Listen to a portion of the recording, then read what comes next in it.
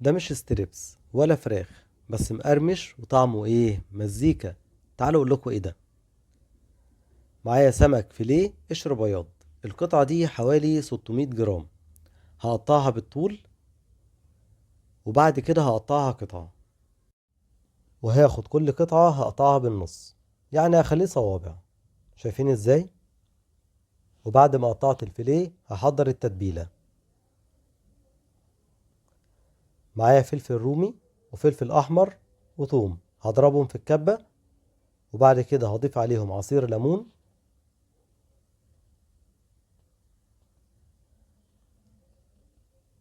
ومعلقة خل، وهضيف عليهم ملح وكمون، وهقلب كويس جدا.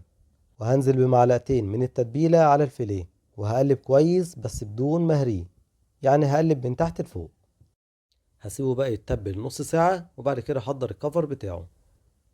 معايا بقى طبق فاضي، وهنزل بأربع معالق من الدقيق وكوباية مية. هضيف الأول نص كوباية، وبعد كده هقلب، ولو احتجت للنص التاني هضيفه. هنقلب كويس جدا، وهضيف كمان معلقة من التتبيلة وهقلب. هتديني بقى طعم حكاية. شوية دقيق بقى كده في طبق، وهاخد من الفيليه وهنزل في الخليط، وبعد كده هنزل في الدقيق. هحاول ان انا اغلفه كويس جدا، وبعد كده هنفضه كويس علشان يديني التأثيرات الخارجية ديت. هنعمل واحدة كمان.